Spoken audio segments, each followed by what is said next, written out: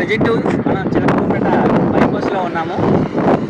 ఎక్కడైనా ఏదైనా ఎమర్జెన్సీ అయ్యేటప్పుడు మాత్రం మనకి ఈ SOS ఫోన్ అనేది ఎమర్జెన్సీ ఉంది.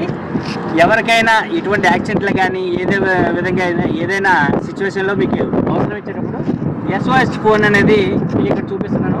10 మీటర్ డిస్టెన్స్లో ఉందని చెప్పి ఇక్కడ చూపించాడు. అదే 10 మీటర్ డిస్టెన్స్ అనేది అక్కడ ఉంది. అక్కడికి వెళ్తామండి.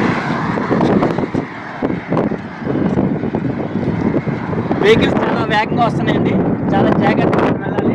ఎందుకంటే ఏదైనా ప్రమాదం మనకైనా జరగవచ్చు, ఎవరికైనా. ఇది చాలా డేంజర్ అండి. చాలా జాగ్రత్తగా ఉండాలి రోడ్డు మీద. చెప్పు.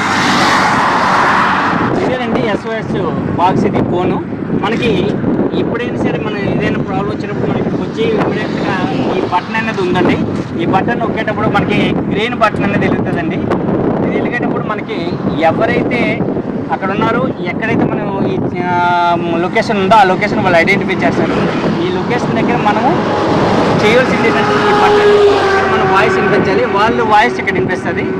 వాళ్ళ వాయిస్ వినిపిస్తే వాళ్ళు మనకి ఏదైనా అడిగేటప్పుడు మనకు కరెక్ట్గా వాళ్ళకి సమాధానం చెప్పాలండి. అంటే పేషెంట్ ఏ కండిషన్లో ఉన్నాడు, యాక్సిడెంట్గా అయితే ఏ సిచ్యువేషన్లో ఉంది అనేది ప్రతిదీ మనం వాళ్ళకి కరెక్ట్గా గైడ్ చేయాలండి. అప్పుడు ఇమీడియట్గా వాళ్ళు అంబులెన్స్ పంపిస్తారు.